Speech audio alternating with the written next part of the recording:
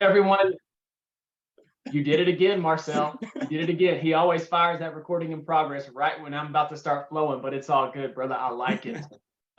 Hey, welcome everybody. Hey, put a 10 in the chat if this is your first time, and put a 20 in the chat if this is your second time. We want to recognize our first time folks joining us tonight. And if you came again, that means you liked it the first time, so we want to know if you came back again and this is your second time. Awesome, everyone. Welcome, welcome, welcome. Always fired up to share with you all really the reason why we carry this out. The more I realize, the more that we get a chance to talk about our group, our community, all of us, a part of the Multifamily Freedom Chasers, it's just beginning to become more and more ingrained and even resonate with me more of how important our why is, And before we get to the why really quick, we got to talk about the core team here, Marcel, myself, Victor, and Dr. Charles Bingham. We came together as the Freedom Chaser team with many different commonalities. Not only did we share a passion for multifamily real estate, but we'd say we're in the thick of life right now, in the sense of we're married with demanding 9-to-5 plus jobs, very demanding 9-to-5 plus jobs. And we have little kids that we're trying to keep from destroying everything all the time. So just navigating these life circumstances is very challenging. So very quickly, we realized how much we needed one another to succeed in the multifamily space. But pretty soon after that, it dawned on us, and we were like, wait a minute. How many people out there have a passion for real estate, have a passion for multifamily real estate, and yet simultaneously, they're trying to navigate many of life's challenges that we're trying to navigate: a demanding job, responsibilities at home, in the community, et cetera, et cetera. And we were like, hey, this can't just be contained within our little group. We got to build a platform. We got to set a stage. We got to open up a gateway for many people navigating the similar life challenges that we are while wanting to dominate multifamily real estate. Let's set up something where we can all come together, educate, inspire, and support one another to win in the multifamily space. That is why we have this Zoom, everyone. That is why we have it on Sunday night. It's 6:30 my time, 8:30 Eastern, because that's when most people working demanding jobs, having busy weekday schedules, are available. So hats off to everyone here making the time on their Sunday night. Shows that you're serious. It shows that you're a high-level performer. And let's do this tonight. Come on. Bam! Fires in the chat, man. Fires in the chat. Let's go. I love it.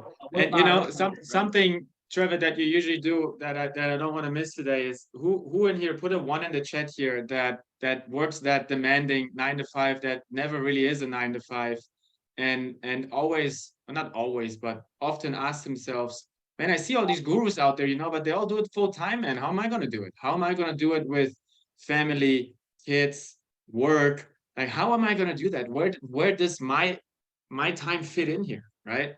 And this is really why we're wanting to bring all of us together, all the like-minded people with the same kind of backgrounds, right? I put in the chat here, it's really something we were looking for when we started this journey ourselves individually, but couldn't find it. So when we all came together, we're like, man, I think this is something we just need to create. We need more. We need more of us. We need to become a full Freedom Chaser community. So right. This is what we're trying to do, guys. And anyone that you come along the way, of course, that fits in that same background, of course, as well. And I mean, we're open for everybody. Bring him to the family, right? Bring him in, because we want to grow together. And it takes everyone together, because I can tell you, and we're jumping in our win section, any win that we share would not be possible without this community, because this community also keeps everyone within this community accountable. If look, we have 72 people here now. If we were to shut down our Sunday Zooms now, all of a sudden, we have 72 people that say, Trevor, Victor, Charles, and Marcel, what happened, brothers? And that can't happen. right? So we all keep ourselves accountable and keep rolling, and the wins are always a result out of this community, guys. So with that, oops, too fast. Underwriting, we're not there yet. Let's jump into the wins.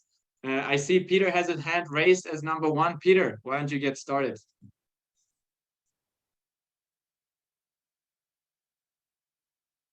Thanks, brother. Appreciate it.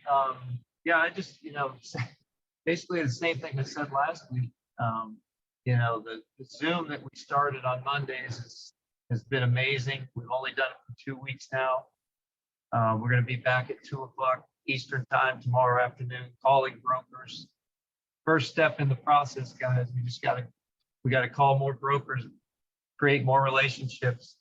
We're going to find deals if we keep doing that.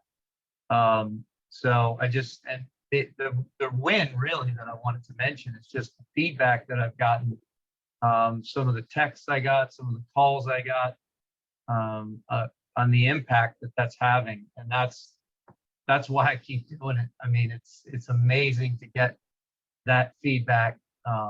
And I appreciate that. Keep the feedback coming, keep showing up, invite your friends. I look forward to seeing you at 2:00 tomorrow. Love it. Fantastic. And I remember last time I actually got text messages and Facebook messages during your live that asked me, where's the link? How can I join this? How the link doesn't work? How do you have, Peter, do you have your link readily available right now? You know what? I need to do that on my other computer. In fact, I'm having the same issue right now. I sent a link to a whole bunch of people for this one, and I'm getting some of those same messages back. So I don't know why. That doesn't make any sense, but I'll make sure I have a link that works, and I'll put it in the chat for sure. Sounds good. Put it in the chat, but also let's have you and I tomorrow, first thing in the morning, touch base, and we throw it so everybody knows here. We throw it into our Facebook group, guys, so everybody gets pinged, everybody sees the link, and everybody knows when it starts. So you all can crush it together. I won't be there tomorrow, Peter, because we have closing. I'll be at the closing table in Knoxville. That's awesome. For our Rocky Top deal. Really excited about, but you're gonna crush it without me just as much as if I was there, so it doesn't really matter. It'll be great. We'll make it work without you. Love it. I love it. Cool. And guys, let's have more of that, right? Let's have more people step up to the plate. Use our group. We're happy to host your events, essentially, right? Use that platform. It doesn't just have to be call brokers, right? You can call anybody or just underwrite deals together, huddle together and underwrite together. Yeah, whatever it is, accountability. Heck, call it accountability, weekly accountability group, and just host it. Have people come in, what's going on, just talk, right? And then you see the traction will come from it. Cool. Love it, Peter. Appreciate you, man, as always. Thank you. Doc, I saw your hand raised.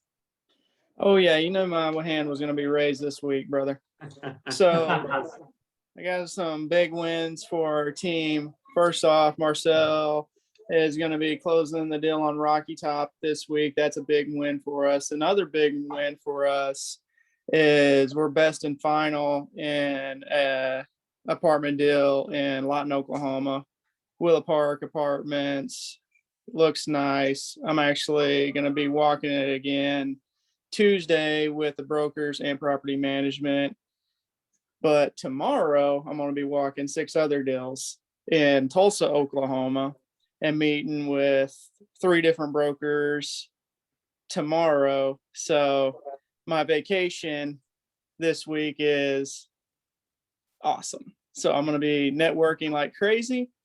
And I'm looking at deals as well for other people in Tulsa and giving them valuable feedback. So, hey, that's what we do here. We help each other out. I'm just going to go lay eyes on property, make sure everything looks good for them. So them are my wins. We'll see how it goes in the Lawton deal, but everything looks good thus far. I love it. And Charles, for everybody, where's your home located? Where I currently lay my head is in Sayre, Pennsylvania. but I Right. grew up in Oklahoma. And where are you at right now? Grew up in Oklahoma. And where are you at right now? Right now, I'm at my dad's house in Duncan, Oklahoma. In Oklahoma, right? Yep. And where were you this weekend? Oh, yeah, I forgot all about that. I was at a Millionaire Mind conference with Daniel Gomez. It was great. Just expanding, networking, and challenging the way my mind was about money growing up. And yeah, I met a lot of great people there, potential investors in deals. They're very eager to contact with me and the group about our deal that we're partnered with CS3 in Lakeland, Tennessee. Sorry, Marcel, I will stop talking about that one. That one's kind of your thunder. My bad. You go, bro.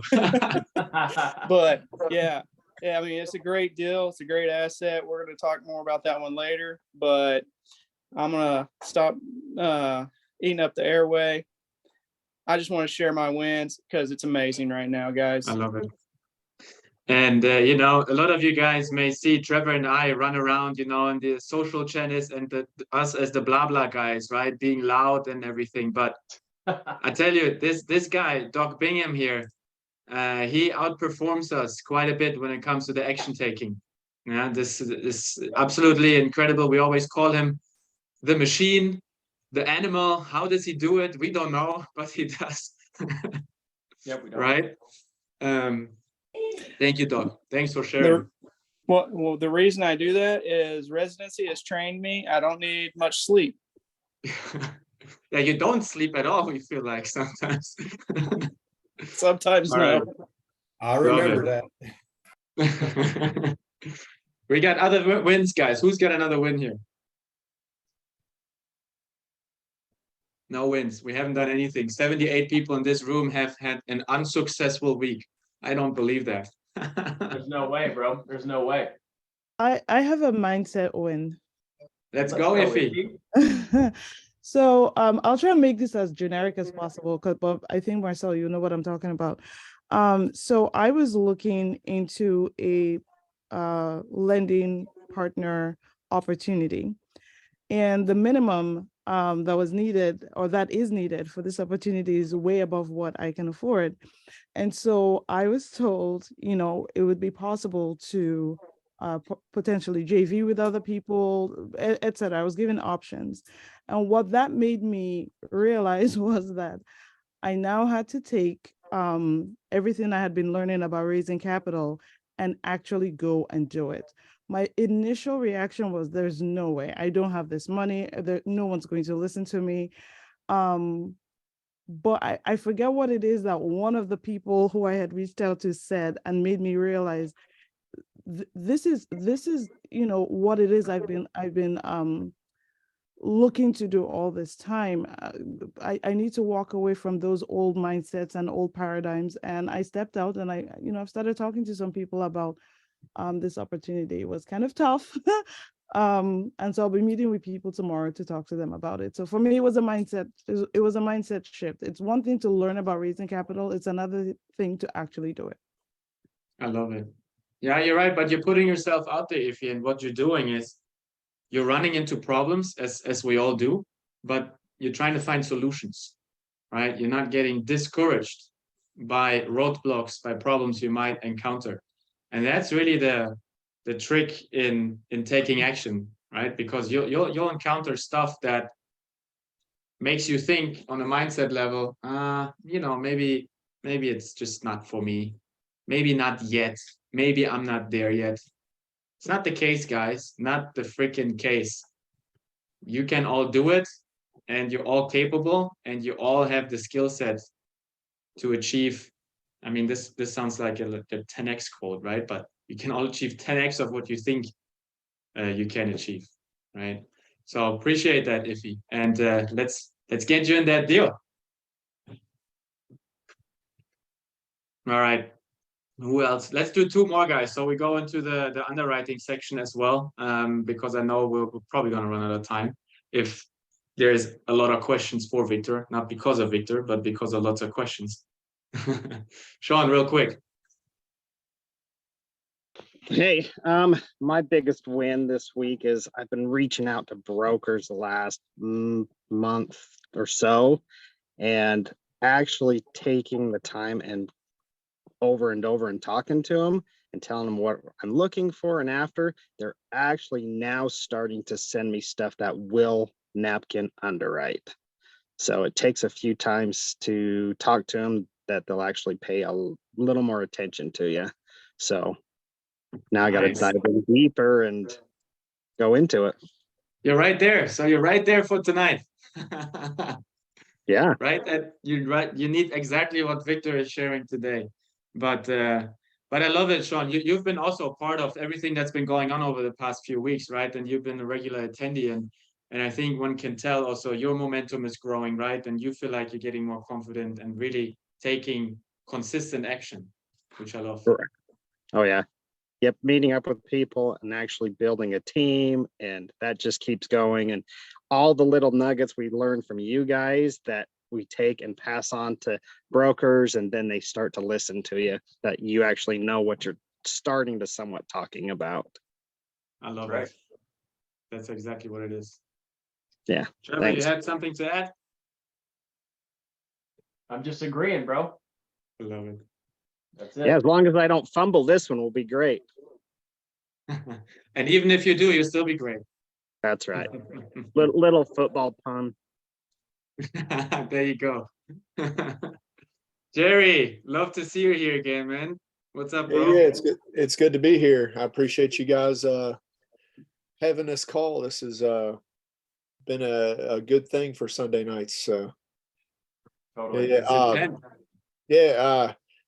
you know, we didn't have any closings or anything like that this week, but you know, with our mortgage business, you know, the mortgage industry, commercially, residentially, everything is down 90%, you know, in this over the last you know, couple months, it's down 90%. Refinances are down, everything's down, but you know, we had signed up for Grant Cardone's real estate club back in the summer.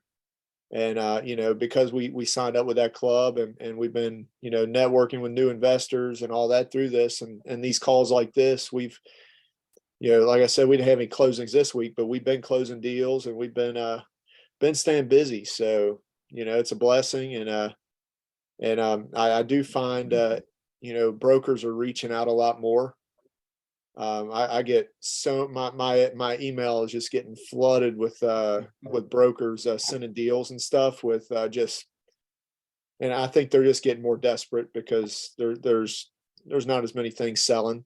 So this is a good time for everybody to start reaching out to them. They're hungry, they're wanting work, they're wanting to work and all that. So it's a great time to reach out and to start building those relationships. So Opportunity. Yeah, guys. And sorry. Oh, sorry. No, go ahead. One more thing, Dr. Charles is the man. I talked to him about a deal, and we're looking at one together, and I get an email from him. He's like, "I'm walking the property here next week." So, you know, right. Jerry, happy to help out, brother. For sure. If I'm in the area, I do not mind walking properties for anyone, and I am definitely gung ho on these deals. So let's go. Nice. Let's go, man. Let's go. Thanks, guys. Yeah, Jerry, we're thankful to have you here, man. And if you guys weren't around in our Zoom, what is it? Probably 2 or 3 Sundays ago on how to talk to commercial debt brokers. Jerry was our special guest. Go check out that recording in our Facebook group. A lot of value being there. And Jerry, if you wouldn't mind just sharing your contact in the chat every now and then, I'm sure everybody would find that really helpful. Reach out to you if they need a debt quote or something like that. Yep, for sure. Thank you. You're welcome. And you bring up a good point, Trevor. No? Just because this might be your first Zoom with us here tonight, that doesn't mean you're like left behind or anything, because we do try to gradually, right, like increase the content that we're bringing, that it builds onto one another. But heck, we have a YouTube channel. I mean, I can't really call it YouTube channel, but we have a YouTube page where we drop all the previous Zoom recordings in there. Let's put it that way. So they're accessible to everybody. We'll put the link in the chats here. and feel free to always roll back. I know it's kind of heavy sometimes, to go through another hour and a half recording.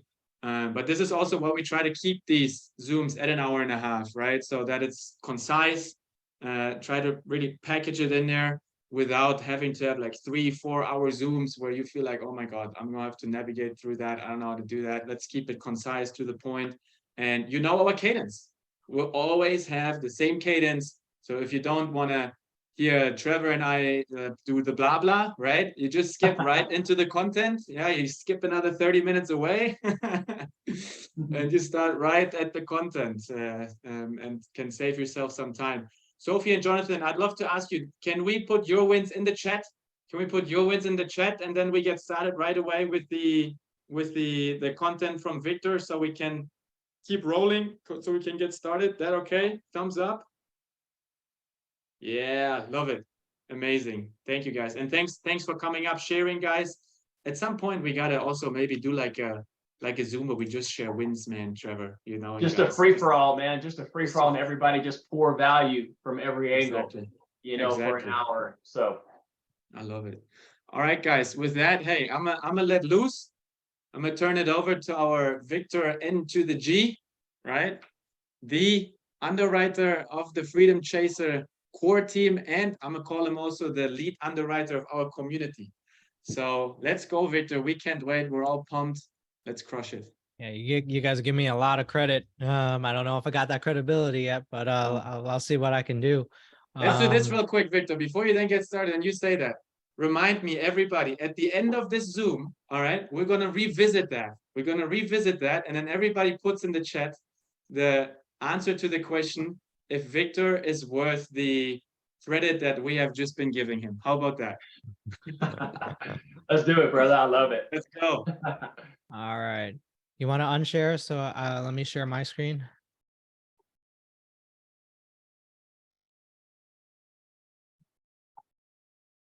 Can you guys see my screen? Yep. All right. So yeah, hey guys, I mentioned this last week. I'm usually the boring guy behind the scenes running numbers. So I'm really out of my comfort zone putting myself in the spotlight here. But hey, you have to be comfortable being uncomfortable to grow, right? So I'm going to go over what is underwriting. What are we looking for when we underwrite? Today will be a little bit more high level, going over terms, calculations, concepts when determining the value of a property. So what is underwriting? Well, my definition of underwriting is the gathering of data and the analysis of a property to understand, one, how profitable it is currently, two, what is the projected returns in the future, and three, what I'm willing to pay for the property right now. So what is the goal when we underwrite a deal? So we're analyzing the financials to discover all the ways that you can add value to a property by how you can increase income and control and optimize expenses. For someone who's just starting out in multifamily, underwriting can be really intimidating because the lack of knowledge when analyzing a deal can lead to a lack of confidence. There's just no way around it besides just keep practicing and analyzing more financials. The more you do it, the more efficient you will become. You read enough T12s, it almost becomes like a storybook and you feel like you're in the Matrix. So there are two different types of underwriting that I usually do. So the first one is a quick one, or a napkin underwrite.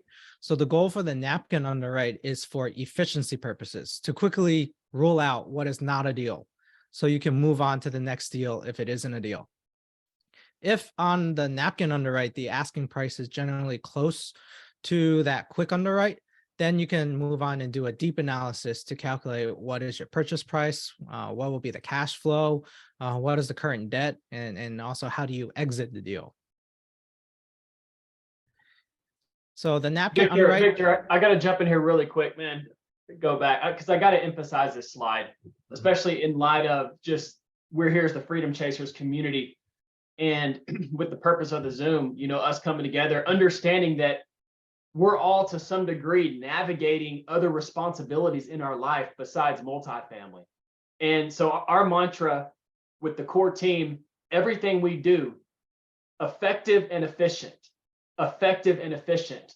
And it's so easy to have all of your time and energy zapped into underwriting. And because why? You can go too deep into a deal when it's not a deal. And so that's why it's important. I just wanted to emphasize this slide.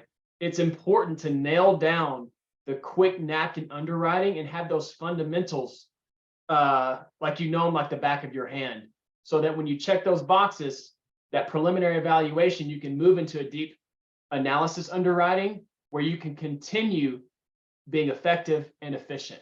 So this is critical right here. All right, just wanted to emphasize that. I got a question. Am I allowed to ask during the presentation, or do I have to ask after? Fire away. Okay. So for like the napkin underwriting and everything like that, of course they might be asking something that might be like crazy, but why wouldn't you just my question more is like, even if they're asking something, why don't you just give them the price that you would be able to pay? Why would we have to discard it? Because I do single family deals, and some of the homeowners have crazy prices, but they went under contract for my price after I gave them an offer. So kind of with that in mind, if they have a ridiculous asking price, I mean, you can talk to the broker and just be like, okay, are these people going to be market sellers? Would they even, you can give them your quick napkin underwriting price and just be like, would they consider this? If so, yeah, then you can give them that. But if not, don't waste your time on deals that if they're an institution and they want a set price, they're probably not going to come down to what you are willing to do. So it's just be as efficient with your time is kind of what we're doing with this quick underwriting. Oh, okay. Got you. Appreciate it. I mean, Reginald, we'll come across deals where our napkin underwriting is $10 million off what they want. And it's like, there's no way we're going to make this work. Keep it moving. So, but great question. Thank you.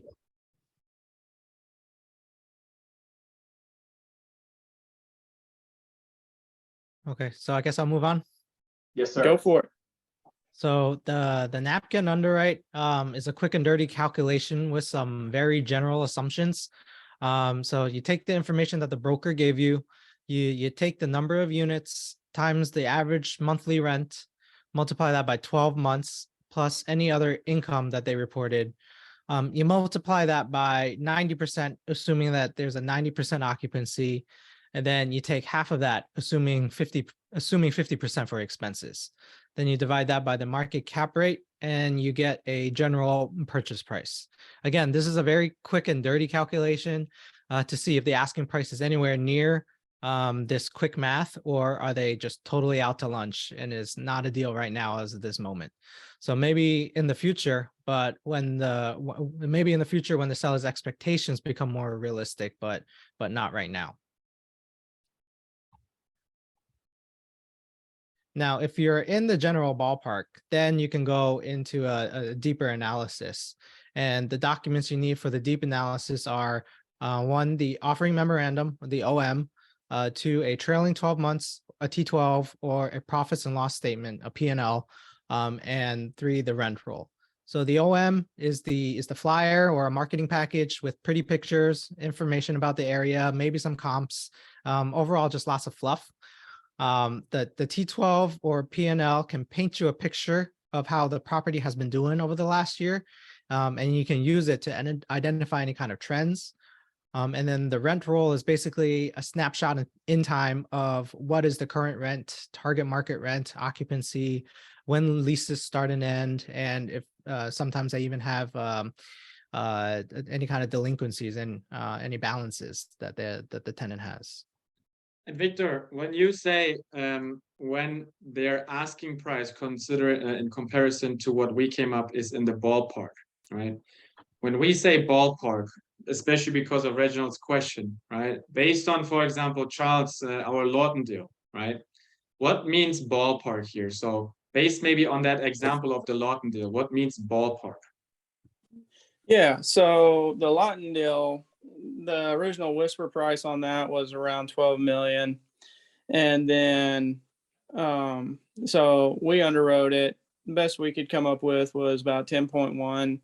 Of course, there was a few things that we didn't know offhand, so we did a very conservative underwriting on it, and we submitted an LOI for 10.1, and we're best and final. So there you go. I mean, it was within a couple million. You can go there now. When do you hear that in the single family side?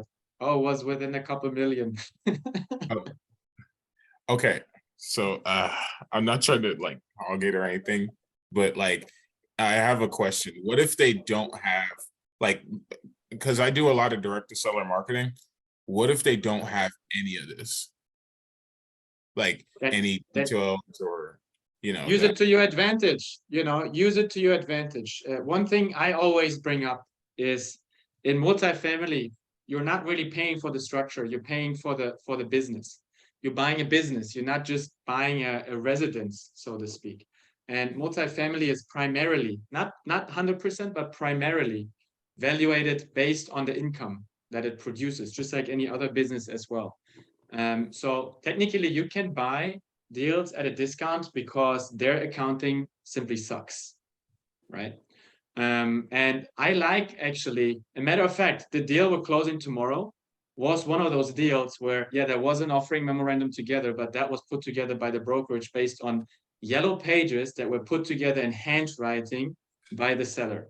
His information wasn't bad, to be honest, but it was on yellow pages in handwriting and didn't trail really more than the past 6 months. Let's put it that way. Yeah. So there was really no profit loss statement that was written by an accountant over the past years. There was a rent roll that was put together in handwriting, and this really gives opportunities to you. I think Jerry can probably also speak to that. That as a banker, they don't like that, right? So if you were to go in there and you're going to ask your debt broker and say, "Hey, Mr. Debt Broker, I don't really have much information on this deal, but here's a yellow page with some handwritten notes on there. Can you give me a $12 million loan on this?" It's a lot of times not the case, right? And a lot of times when these things are not available, a lot of times these are deals that don't have much or existing debt on them because they're run by your moms and pops for the past 20 years. And this opens the door for you for your seller finance opportunities, for example, right? Where they really don't have much of a choice than doing that or get the book straight over the next year or so. So this is what happened in our deal in Knoxville that we're closing tomorrow. So don't see that as a negative only. Victor, when we don't have information that Trevor and I in the front office, however we call it, if we don't have information available, and we send stuff to him, he's already, "Oh my God, you guys sent me this crap again." He always gets upset about it. But the two of us, we always see opportunity. But here you can see, just play to your advantage, right? Take the opportunities for what they are. Yeah, I have to piggyback on what Marcel's saying. In the beginning, I used to get frustrated like Victor does at us about not having all this information. It actually, like Marcel says, it actually opens up a great opportunity for us, because really, if you're doing quick underwriting, what do you need? All you need is, what's the average rent? You can, off the age of the property, get a good estimate of what the expense ratio is in that area, and that's all you need. And then, depending on the age of the property, figure out the standard cap rate for the area. So the only variable that is really going to be kind of hard to find would be the average rent. And if a broker doesn't have that, I wouldn't even talk to them then.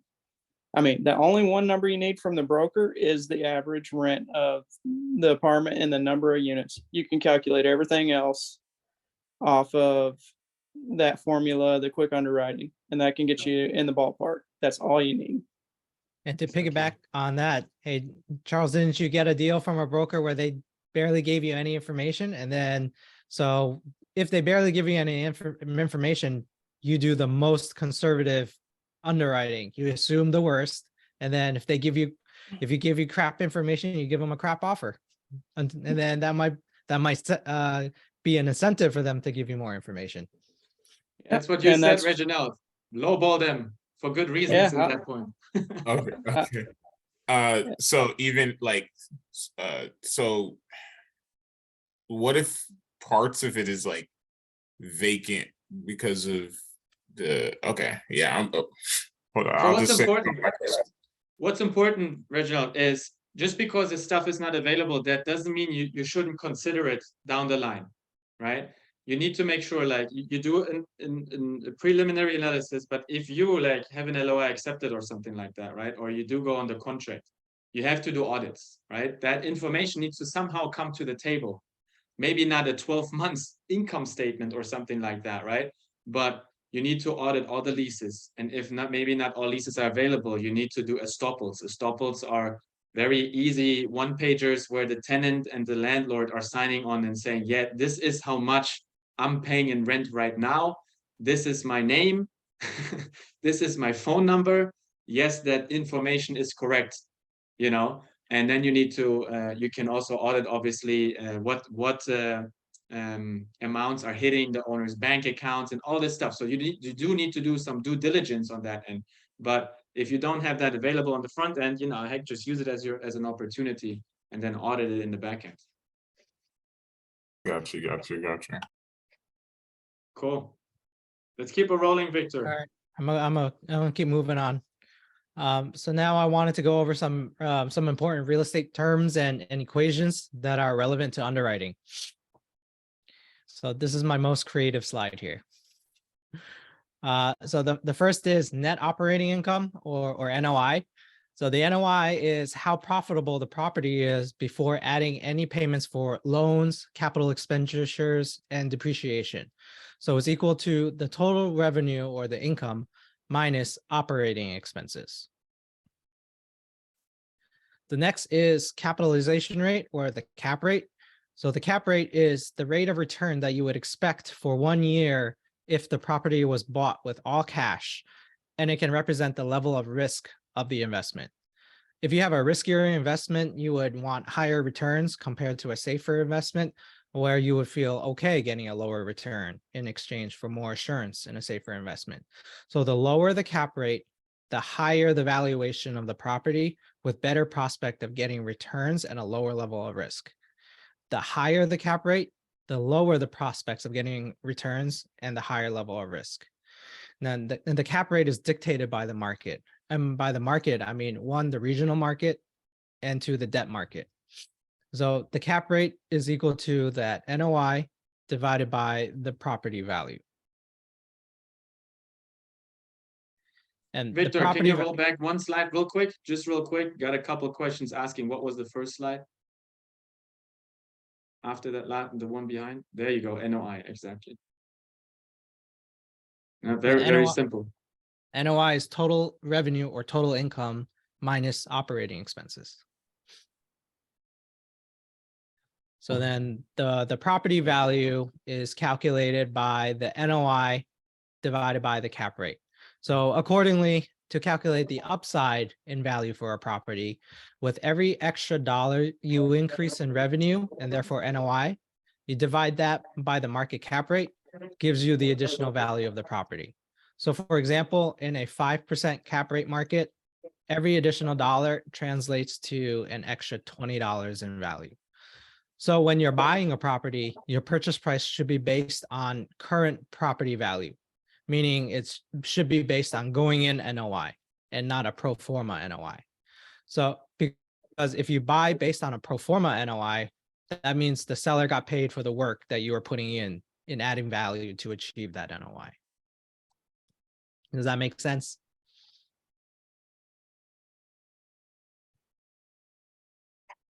So if you guys did the homework we asked for last weekend, you should have collected the critical documents for a couple deals, meaning you should have a couple of T12s by now. So let's go over some line items on a T12 that drives the calculations of the income. So the first and most obvious one is rent income. So gross potential rent is what the rents should be if all units were occupied and leased at target market rents. And gain or loss to lease is how much current rents are above or below what the target market rent is. Then you have different causes of rent loss, which can give you a glimpse of how well the CART management is doing.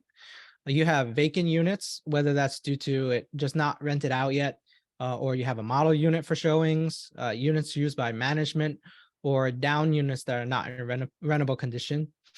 You have rent concessions, which are discounts or incentives for move-in, renewal, or referral. So an example would be a 1 month free for a 13-month lease.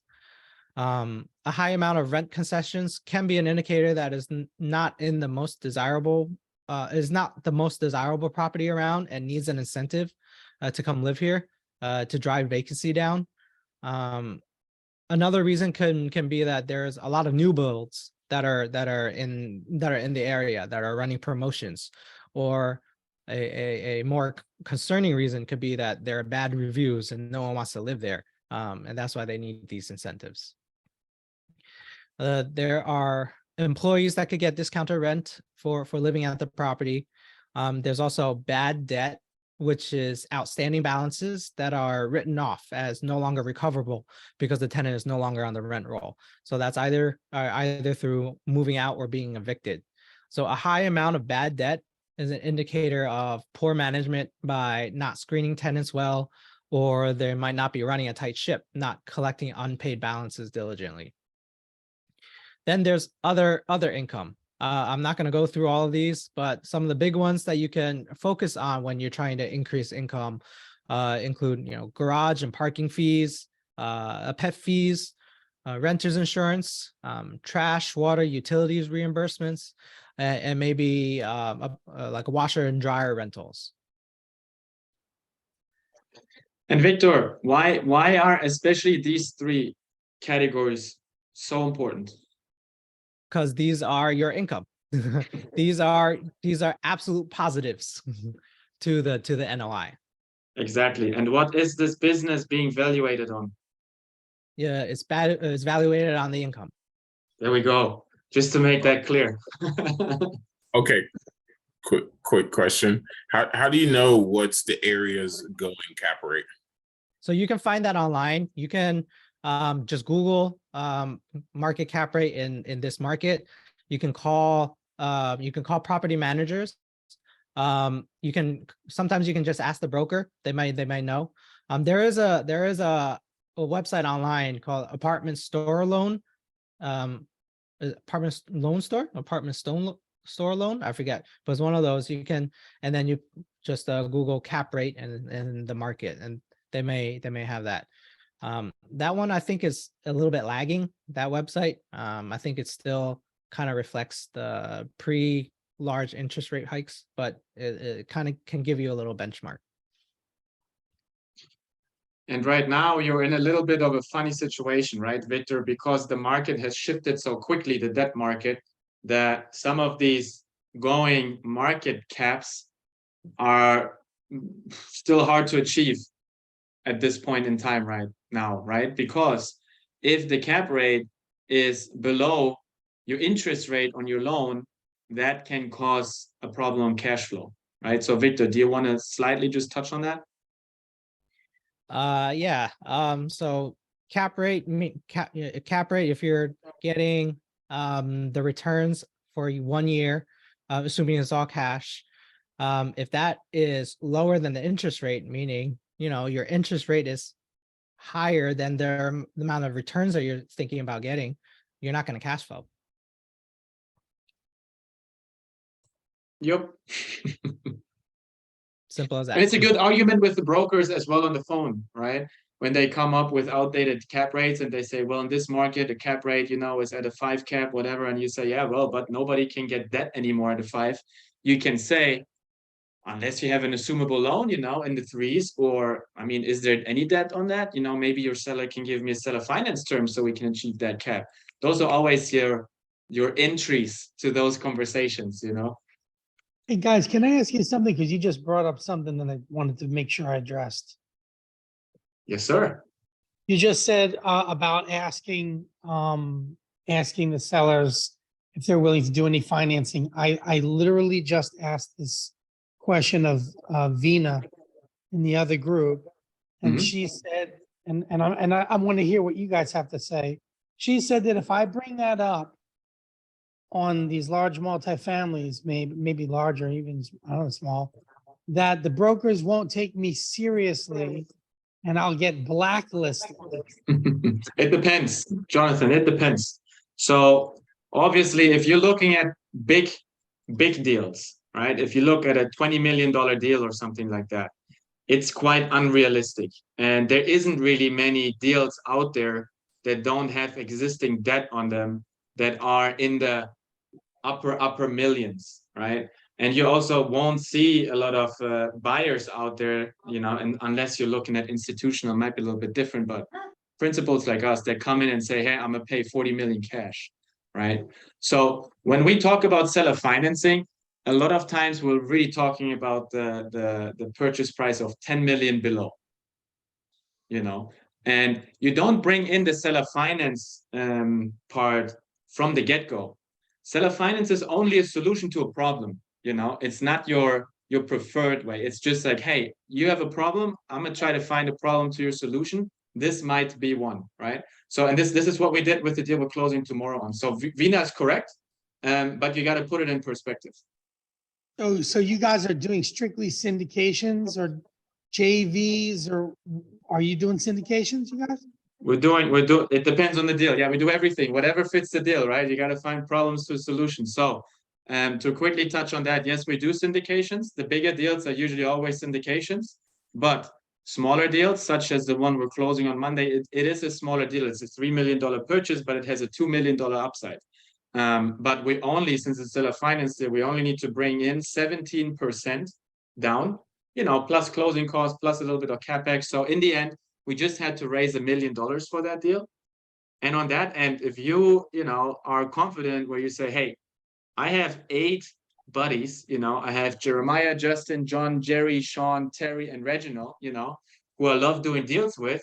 And, you know, we're all going to throw 100K in there, but only Jeremiah, Justin, and myself, you know, are going to run the deal. You can do it as a JV. You know each other, you know, it's the same as if you were to go on a smaller transaction, you know, and you're all just going to throw some money on there, right? Right, no SEC for that one. That one's just strictly a bunch of friends. Exactly. You just can't go out there and raise big money for it, right? Because you can't solicitate and all that stuff. So I actually prefer that. But obviously, when you look at your $40 million deals, which we just have partnered on one big deal that a lot of you guys know, you can't do that, right? You can't find 20 millions from Jeremiah, Justin, John, Jerry, Sean, Terry, and Reginald.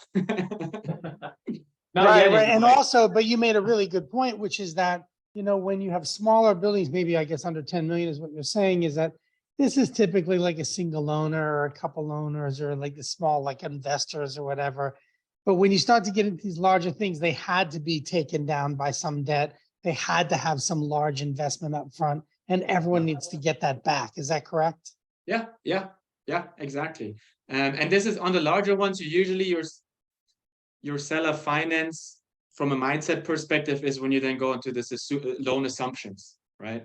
Right now, that's a big deal, loan assumptions in this market right now.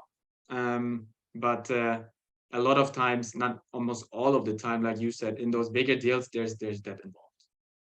So you know how in single family, we're looking for, is it vacant? Is there debt? Are they free and clear? And, you know, and what's the rate and all these different things that we're trying to figure out to see if there's a better angle. What are some of the things that give your research a better angle? A better angle. I mean, here's what you always, when you say vacant, right? You don't want your multifamily deals that you're buying, you don't want them to be vacant because they don't produce income. You want to go in there and you want them to cash flow day one, right? So that's important. But what we look at is really, and this is what Victor is trying to show you guys right now, what's opportunity that you can find in the books. You want to, technically, ideally what you want to find is somebody that mismanages that property. Somebody that's not running this business, again, business efficiently. This is really what we're looking for. somebody that's not squeezing the juice.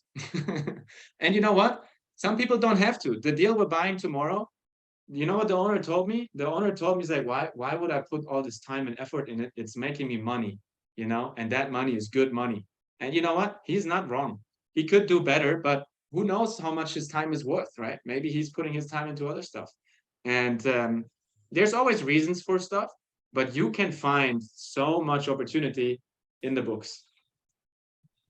Hey, thank you. I just got more value out of the last 3 minutes than I have in weeks. That was I love great. it. Thank you. Love it. That's why we're here, man.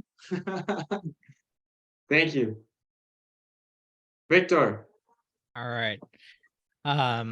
So if you guys haven't looked at a T12 before, here's what one looks like on the just the income side.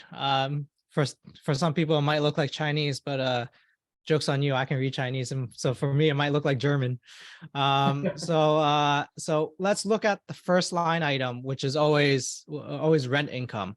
So just looking at that market rent line item, something jumps out to me, and just wondering if you guys can kind of see it.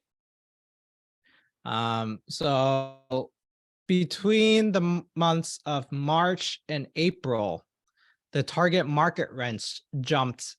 No, between March and July, actually. So the target market rents jumped 10,000, 20,000 month to month. That's not normal. And consequently, the loss to lease line item jumped up as well, because the target market rents were shifted during those months. So the background behind this one is that this was not a very well managed property. The new management came in at the end of 2021. So the new management probably did a market survey and adjusted the target market rents. So, but what's assuring to me is that the gross potential rents is increasing in July and August, meaning relative to the market rents, the loss to lease is decreasing because the gross potential rent is increasing. So what you can do to verify this is going to the current rent roll, look at the most recently signed leases and see if those leases were being signed at the market rent. So next we can look at rent loss. A big thing that caught my eye was bad debt expense. So in May and June, there were two really big bad debt expenses. So that means the previous management either didn't screen tenants very well and had to evict non-paying tenants, or they were not running a tight ship chasing after those unpaid balances when the tenants were on the rent roll. And now they've moved out and the unpaid balances are not written off. And they're written off as unrecoverable. So ideally, when you have a bad debt, they'll send it to collection agencies and hopefully they can recover it. And it can be captured under other income, but usually it's written off upfront because there's a chance that it won't get recovered. And looking at other income, one of the big things I like to look for is water, utilities, and trash reimbursements, as those fees are usually paid upfront by the owner. It's very uncommon for units to be individually metered for water. Owners usually typically pay for the water. So you want to see how much of the water bill current ownership is recovering to see if you can increase that reimbursement. And a couple of other things I want to see if they're charging for parking, pets, pests, renter's insurance, things like that. Easy things that you can add to the NOI. So that's kind of the nutshell for income. So the next factor in the NOI equation is operating expenses. Victor, before you do that, real quick, did that make sense to everybody in the chats? Did that make sense, or was that mega confusing? Understood? Yay or nay? I'm not gonna lie, I was confused looking at that.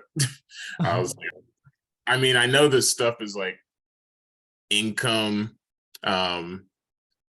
but the thing I'm not over here seeing, maybe I don't see the code in the matrix, is like being able to see what it means. Like you saw how he was like, hey, look, you saw there was a big jump over here.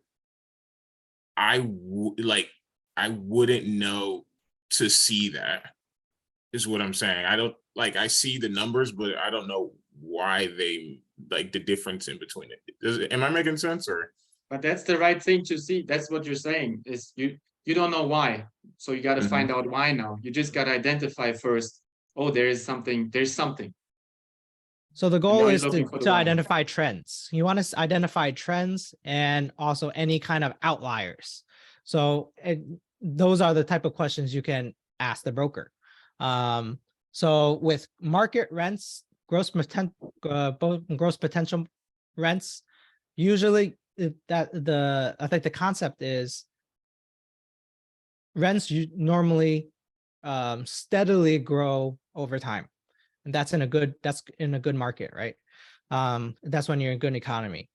But for target rent, so you can see that in like the first couple of months is kind of steady. So gross potential rents, you kind of like to see it being steady or slightly going up.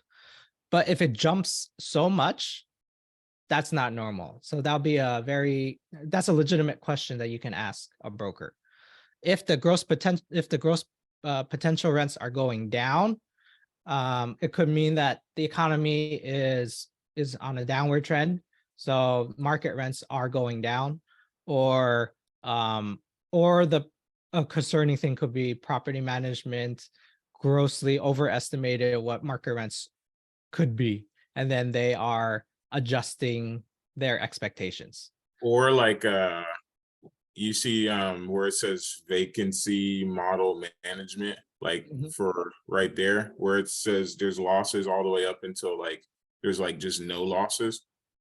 Is that like something that So that's another indicator to me that that's probably what new management did. They stopped any model units or management units or down units and started renting all of them out, because a vacant unit does not bring you income.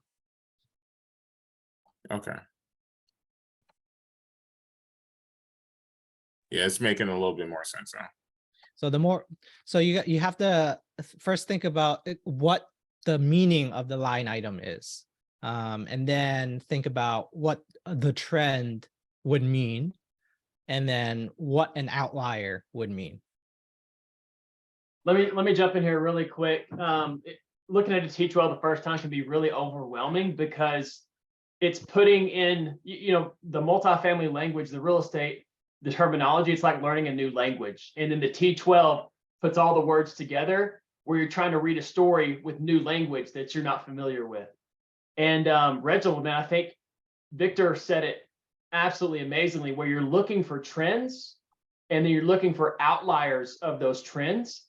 And even though you may not know what the outliers look like, it gives you ammunition to then go back to the broker and ask, hey, what's going on here? Like, why the big jump in rents? Why the loss to lease? These kind of things, where you can begin to understand, oh, okay, now I see, now I can put a story behind these numbers that I'm looking at in the T12. And that actually brings credibility to you when you're really nitpicking on a T12. It shows you the broker sees that you're understanding this is not right. And it gives you credibility when you know what you're talking about. Yes, sir. And guys, one thing I want to add here is, when you look at these T12s, right, and you have questions, which you are going to have, and you don't have teams yet, and obviously Victor can't always answer every single question that comes to him right away in the chats or Instagram message, whatever, which usually he does, by the way. But use that Facebook group. Let's use the community. I guarantee you, if you have a question and you throw it in that Facebook discussion board or whatever it's called, right, in that thread, somebody in here is going to answer it. No questions asked. I promise you, and probably within the hour. So use that. That's what we want to do, guys. Build this community so we all can help each other on this stuff, right? And this also gets your face out there. So use it, use it, use it. Okay. Victor. So I'm gonna move on to the next part of the equation, operating expenses. So operating expenses are expenses used for the day-to-day operations of a business. And that includes these these type of line items: advertising and marketing, contract services, general administrative, legal, repairs and maintenance, taxes and insurance, property management and payroll, trash, turnover, and utilities. So all of these are day-to-day expenses, nothing like one-time, not one-time expenses. So this is an example of what expenses would look like on a T12, and they typically break it down by these type of sections, the type of categories, and then whatever is listed underneath.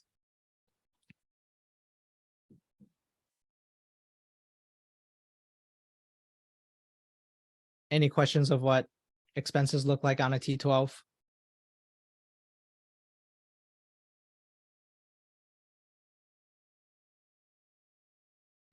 Let's ask it this way. Did that make sense? Yes, no, maybe. I have a question. Here we go, Elise. Okay, the asset management fee, is that that's for the team? That's different from the property manage. Wait. So I think you skipped a couple of my slides. Yeah, asset management fee actually goes towards the partners. They're not technically part of. Okay. They're not technically considered an operating expense because it's not a not an expense for the business. It affects the cash flow to the investors, but it's not an operating expense. Okay.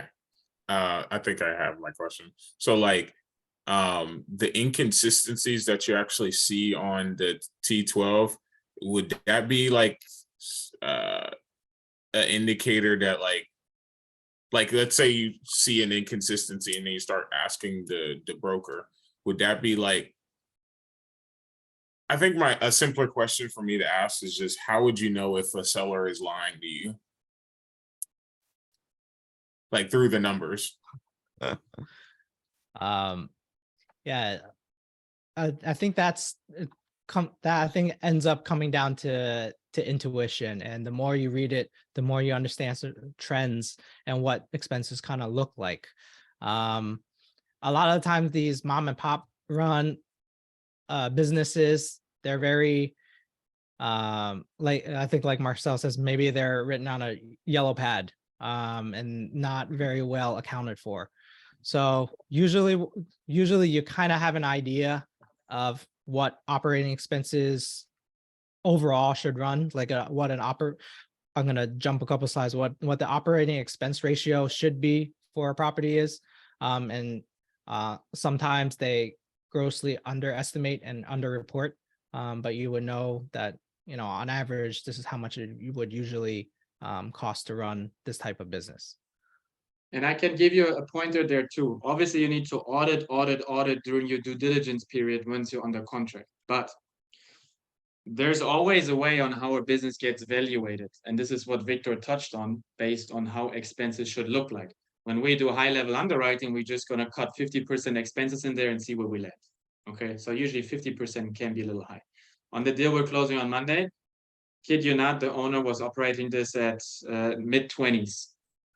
And we were like, yeah, I mean, that's great, but there's no way we do that. And it's because he operated it on his own, right? He would collect the rent himself. He doesn't have a management company, no, nothing. I told him, I said, listen, guys, it's great that you do that. There's no way I can do that. And here, even better to you guys, if I was to get a bank today, they are going to underwrite this sucker too, and they are not going to underwrite it at 25% expenses. No freaking way, And we did actually then reach out to a bank. I actually told the broker, tell me a banker of your choice that we reach out to, and we have him underwrite it, and he will tell you what he underwrites the expense ratio at. And at that expense ratio, we can then talk about the valuation. Because the broker tried to tell me too, oh, you can do it in the 30s, And I said, oh, let's see, right? It doesn't matter what I can do. It matters what it's getting underwritten at, right? Because when we exit and somebody comes in and gets debt on it, they'll also be bound to that, right? So we did it and it came back on 42%. So there's ways, on bringing that in, and it shouldn't be like, oh, but I say this and you say that. Okay, well, let's check on it, and always banks, like somebody like Jerry are like always is an ace up your sleeve, because their word, nobody can say, well, you're not right, or, well, they're the ones that bring the money to the table and close the deal for you, So yeah, they are right. So there's some ways on how to maneuver that.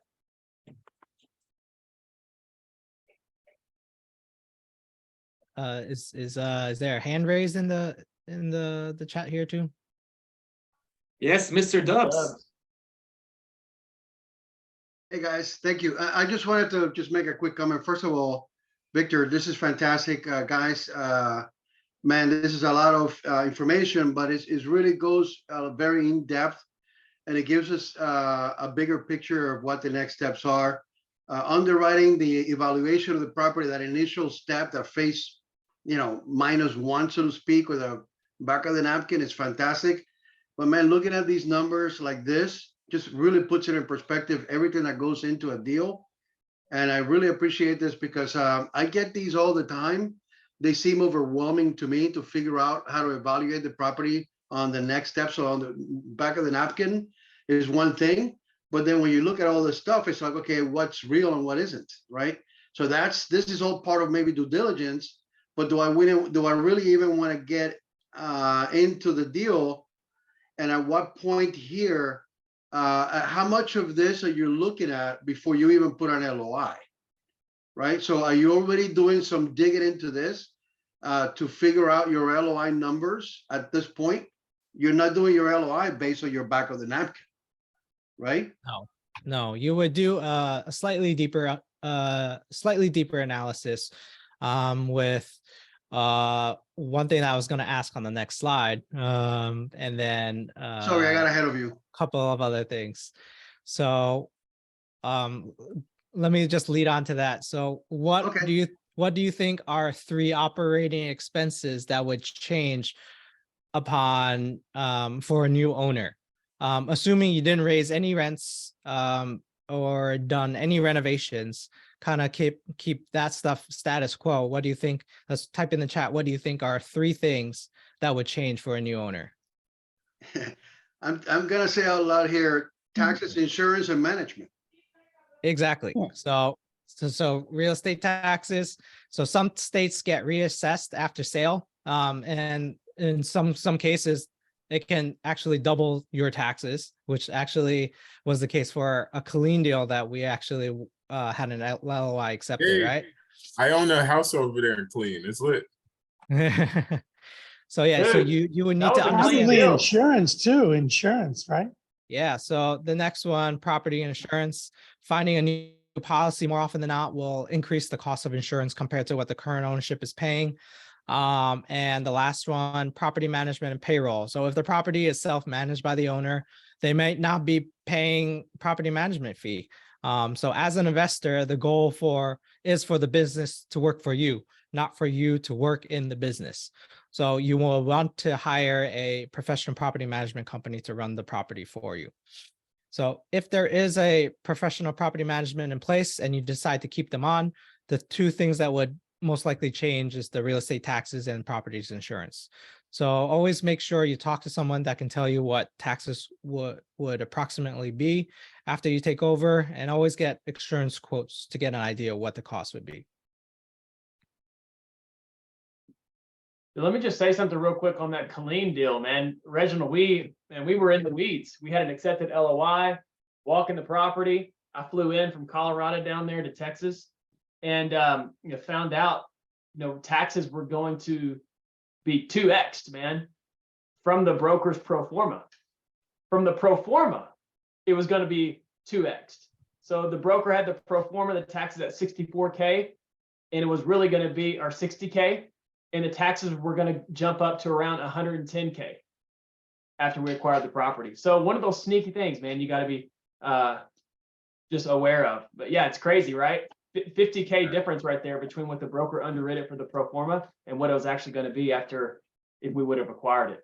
What did that come from? Could they had it for too long, or why did that happen? Yeah, the owner had owned it free and clear. His dad built it back in the 70s. Then he had it, and then yeah, it just been extremely lowly evaluated from the tax assessment, and then the new purchase price was going to cause those taxes to skyrocket. And Jonathan, this was a deal that we had agreed upon seller finance deals as terms, by the way. Yeah, but I think That's a surprise. I mean, I always ask how old or look to see how old something is, and that's usually an indicator of all kinds of potential things, you know. The deal was actually incredibly, amazingly maintained. We were actually very surprised. So Trevor was there, right? And we had our construction boots on the grounds there with us as well. And you could tell that this was somebody that knew this place in and out, and also had a construction background that was running this. So for it to be built in the 70s and to be in that shape, we were surprised big time, to be honest. Wow, that other place you were talking about that you said that they didn't know how to take care of things. I mean, that would be me if I owned the thing and tried to manage it.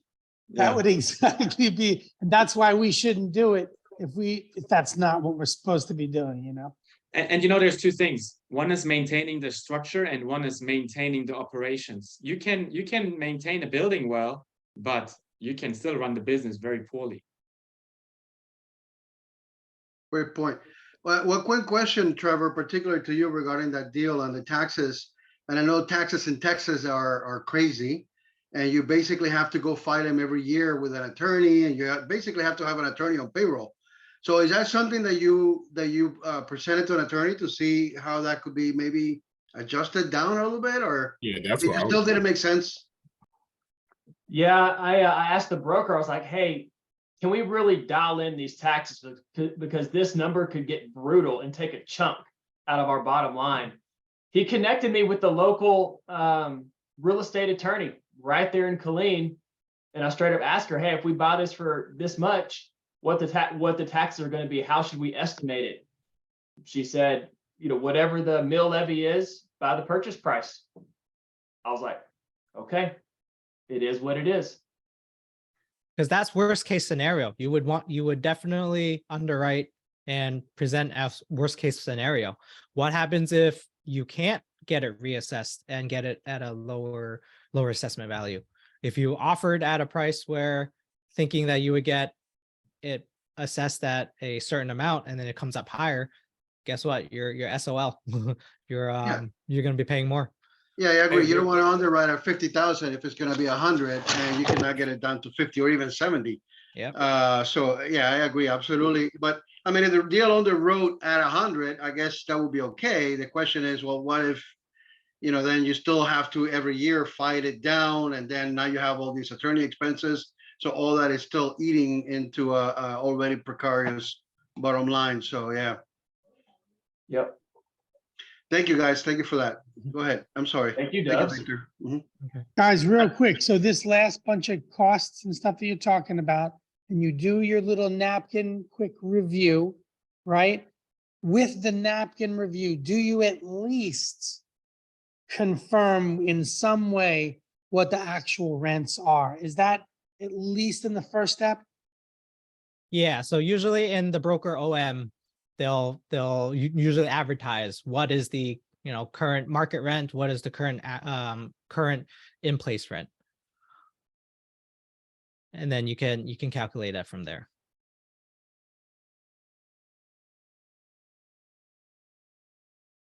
So I'm gonna move on. Victor, one question before you move on. Sorry, I don't mean to interrupt this, but I do also see what other people are saying in the chat. And since we do run towards the end of our time frame, we do have quite a bit left, Victor, right? Quite a bit of good value left, right? Mm-hmm. So guys, put in the chats here. Where are you guys at right now? Where are you guys at a point where you say, hey, this is amazing information. This is what I want to dive into this week. And we would love to have a part 3 next week where we build up on this and let you hush some of this stuff out in the field, get your hands dirty, and put the questions all in the Facebook group so we can all answer them and learn together. And with that and with that level that we have acquired, go into next week and then keep crushing on the content that's just building on what we have learned just now. Okay. Because I see a lot of that, Victor, and maybe it makes sense, right, that we go into part 3 rather than rushing through here, since we have about, I would say, maybe like 10 minutes left, right? And that seems like that's what everybody's asking for. But what do you think, Victor? You cool with that? Yeah, Trevor, I'm cool with that. Charles? I'm cool with it, man. It's too valuable and too fundamental to rush through. And I think it'd be great to have a week of just digesting all the nuggets that Victor has been slinging out tonight. So I would recommend that's how we proceed too. I love this. So let's do that. And guys, I have a question for you, and I didn't forget, right? I have a question for you that I want to bring up from the beginning of the Zoom that we had asked, in terms of that Victor is an absolute underwriting ninja. And he said, you guys give me too much credit. Let's have some feedback. If you guys think we gave him too little credit, put some fires in the chat for Victor, guys. I really want to see and show you, Victor, here, what an awesome job you're actually doing in showcasing all this stuff here. Boosting that confidence, brother. Look at that. Don't be so modest, Victor. You're doing this is amazing. Great. Yep. Thank you. Appreciate the fires, guys. We even see rockets. Look at that. Not just fires, rockets. I love this, man. This is amazing. And guys, when we saw Victor, he actually showed us his slides on Thursdays. We're now meeting Thursday nights, since the mentorship is over, and we just utilize that time slot now. And he showed us that, and we were just like, wow, I can't wait for everybody to see this. And, not just see the content, but also have Victor explain that to you guys, because it takes somebody that can explain that in the right manner. The content is out there, right? But it takes somebody to explain it. So you even get high heels, man. You're not just getting fires, you get rockets, high heels, dollar signs, stars. Man, I don't think I've ever seen this before. Kind of curious about the high heels, though. Yeah. Jonathan, can you explain the high heels? I don't know. I thought he might like it. Only take them their red bottoms. Guys, also, if you do us a favor here, let's make sure we talk about this a little bit, right? In you guys' network, because we want to grow this community, right? When we put stuff into our Facebook group, a question, we don't just want to have 300 people there that can answer that question. We want to have as many people that are like-minded, not just anybody that are like-minded, to be able to answer those questions ASAP for everybody. Of course, we try to do that too, but let's get more people rolling there so that we can come together and help each other along the way. So do this, use this Zoom, right? I just took a video earlier, by the way, right, of all you guys, because I thought it was amazing, and threw it up on our Insta here. And it's also important to get known, guys. Get freaking known. You need to be known because you need to build relationships. Victor, Charles, and Trevor and I, we wouldn't have never found together if we wouldn't have put ourselves out there, right? And I know I say that every week, but you need to tell people what you're doing. You need to get out of your comfort zone, because that's one way also to hold yourself accountable. Yeah, I've been posting, matter of fact, for the past 4 months, a video on my Instagram every day. And I tell you, 4 months ago, I freaking crapped my pants. I crapped my pants doing it because I was so afraid. Like, what are people thinking? What's my network thinking? They think this guy's stupid, whatever the case may be. And it turned out to be the complete opposite, actually. Everyone was very encouraging. People know what you're doing. They ask about it. Hey, man, this is awesome. Like, how can I get in even, right? So get yourself out there, guys, and huddle up. Okay, but that's enough blah, blah. Trevor, you might want to add some blah, blah to that. I don't know if this classifies as blah, blah, man, but maybe if I'm one of the blah, blah guys, maybe everything I say is blah, blah. I don't know.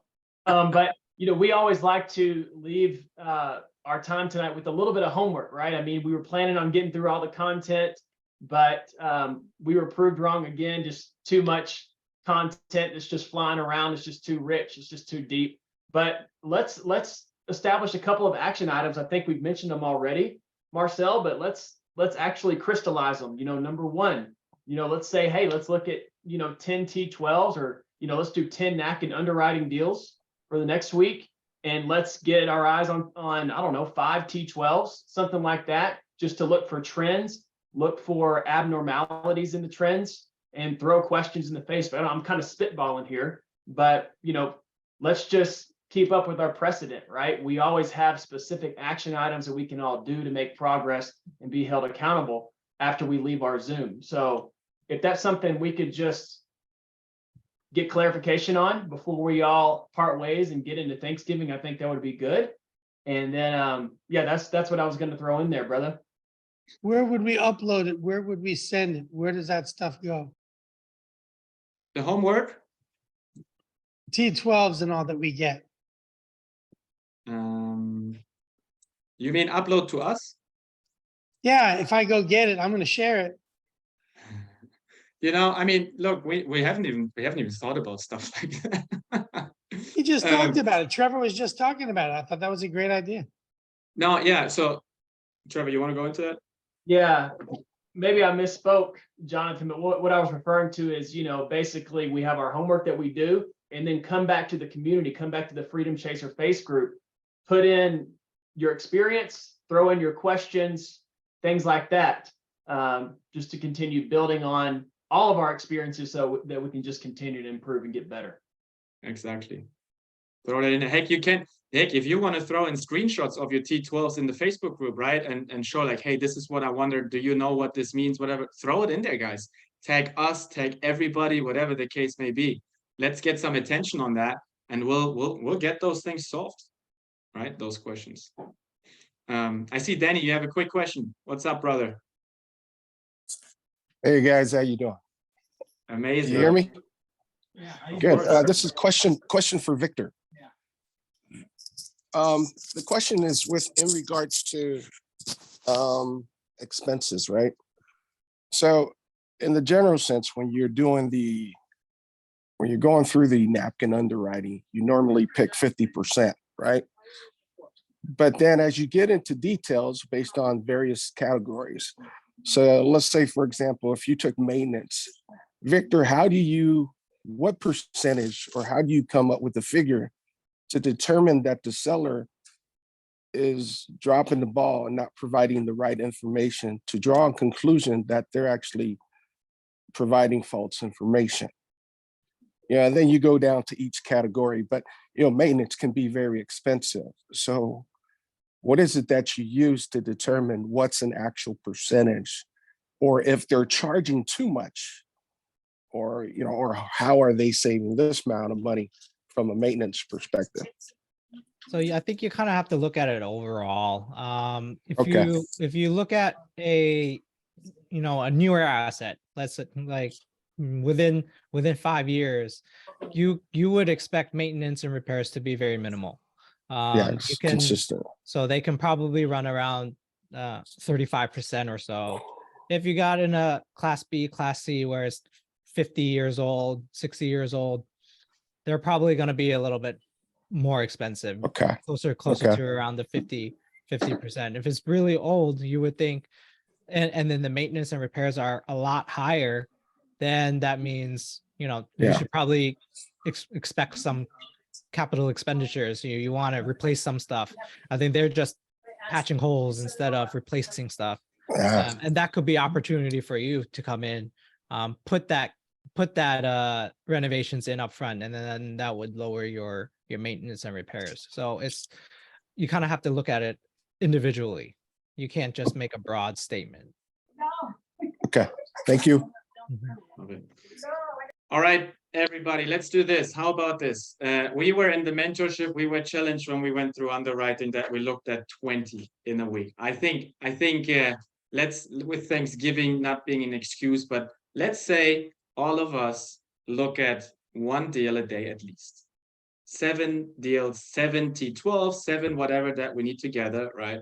And we need to look at one a day, come back, and see where that leads everybody. What do you guys think? 7.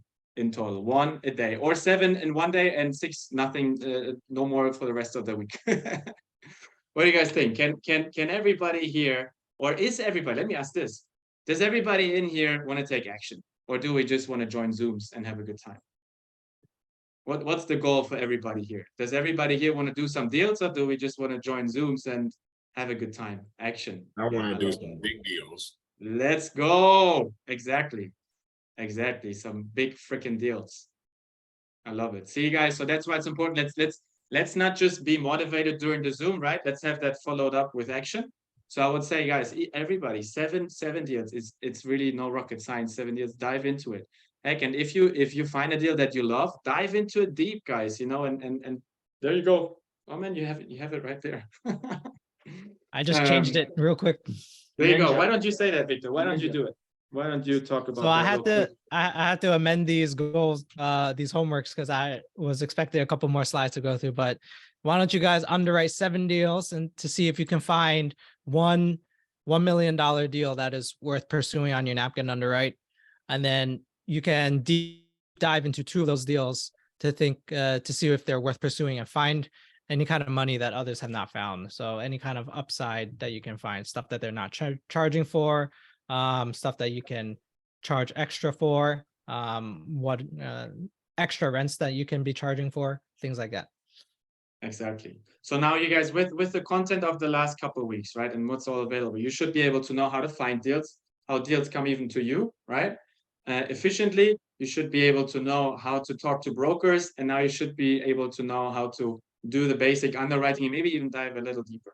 Yeah. So let's do that. Victor will put that into the Facebook group as well. Okay. So everybody has it, and we don't see it just here one time. And with that, okay, Michael, real quick, you're the last one, and then we're going to wrap it up. All right, thanks so much. I just want to confirm that we're going to get the video, the rewatch, because I want to really, get really into it and, just figure out, how to really do this efficiently. So just confirm that you said you're going to put the video in the Facebook group. You'll have the video. I'll work on that tonight, so you'll have it tomorrow uploaded. Put it on the YouTube so that everyone can subscribe to our YouTube. Yeah. As a matter of fact, if you don't mind subscribing to the YouTube, so we can give it an actual link and not have some random crappy link that looks super unprofessional, please do that. Yeah. Put it on Facebook and on YouTube, and then I'll be sure to watch, and we'll definitely get that homework done so we can crush some deals. Wait, you guys have a YouTube? We have a YouTube. It's like more like a place where we put the recordings of the Zooms and everything, right? We're not like out there trying to like advertise whatever. It's just for our community to be able to access those videos. Okay, great. What's the name? I'll subscribe right now. Can you guys put it in the chat, guys? That's a good question. We don't even know what that is. You have to copy it out, but if not, I think I can stick a link in there. Love it. Wow, Thank you. Peter knows our link and we don't. No, I don't know it. I had to find it.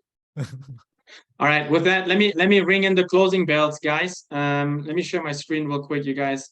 What we decided now, how we want to leave, is obviously always with some energy, but also with a note to showcase you where does our action take us, right? What has our action been? And one thing that we have announced on our social channels is that we have partnered up, guys, on a $40 million deal with our men. Did we just leave ourselves? Cliffhanger. Am I back? I'm in suspense, man. He's back. Marcel, you gotta. Am I back? Marcel, you gotta back it up, bro. We lost you for like 10 seconds. Yeah. Back it up, brother. Oh, we're losing him We again. gotta get him out of the basement. Hey. Also, Am I back? If I brought a deal to like you guys, like, and it fit your buy criteria, is that something you guys would be interested or no? Absolutely, brother. Sorry, I don't know what's the matter with my internet here, but yeah, absolutely, right? If you guys have deals you want to partner on, and this is what we've been doing with our mentor here, right? Where we are becoming a partner in this deal now. He has sourced the deal, but we're coming onto this deal. It's our first big partnership on a bigger deal. You can see here a picture that was taken on Thursday when we bought this deal. Carlos and myself in front of the main office. It's a $40 million A-class deal, 2021 build, right outside of Memphis. We can talk more about it. Guys, as a matter of fact, Trevor and I have 30 meetings scheduled over the next 3 weeks with people that want to talk about multifamily real estate, of course, but also about this deal. If you guys want to talk about this deal with us, just reach out. We'll make some more slots available, of course. But the reason I'm showing this is not because we want to ask for investors or so right now, but of course, if you want to, you're more than welcome to. But we want to show this just to give you an idea of where consistent action taking will take you. And it's not about this deal, but it's about our mentor, Carlos, who has accepted a partnership on this deal with our team because he also sees us consistently taking action, right? So show the face. It's all about commitment and consistent action taking, guys. Yeah. So we're excited about this deal, matter of fact, and we will update you in this community about this as well. Just like we have done about the deal that we're closing tomorrow in Knoxville. And are excited to continue to crush it. And moving forward, we'd love to see pictures of you like that. And matter of fact, Reginald, since you're saying that, I'd love to put a picture on this Zoom with you and us in front of a building that we're buying together. How about that? Come on. Huh? That would be lit. Let's go. All right, guys. So we'll come back with part 3, right? We'll come back with part 3 next week. Do the homework, guys. Don't slack. Do the homework. Trust me, there will be a point where you'll be like, I don't want to. You want to, okay? We'll come back on Sunday. Throw stuff in the Facebook group, all the questions. Let's be active. Matter of fact, Trevor, why don't we do this? Whoever 5 most active, or let's do the 3. The 3 most active people in the Facebook group, we'll do one-on-one sessions with. Let's do it, man. Any kind of QA, questions, whatever it is, 30-minute one-on-one session with, okay? Let's do it. So we just set that here. We pull in Victor as well, the underwriting ninja, and we throw it in the Facebook group too. And with that, guys, we always leave with high energy. We leave with some music. So let me throw in the tunes. Hopefully my internet will let me, and we're not dying halfway through. But with that, crush this week, guys. Happy Thanksgiving. Happy Sunday night. Let's freaking go. All right. See you guys. All I do is win, win, win, no matter what. Got money on my mind, I can never get enough. And every time I step up in the building, everybody hands go up. And they stay there, and they stay there, and they stay there. Cause all I do is win, win, win. And if you going in, put your hands in the air, make them stay there. Ludacris going in on the verse, cause I never been defeated and I won't stop now. Keep your hands up, get them in the sky for the homies that ain't making it, my folks locked down. I never went nowhere, what they saying Luda's back. Blame it on that contour, the hood call it Luda yak. And I'm on this foolish track, so I spit my foolish flow. My hands go up and down, like strippers' booties go. My verses still be serving, tight like a million virgins. Last time on a college remix, now I'm on the original version. Can't never count me out, y'all better count me in. Got 20 bank accounts, accountants count me in.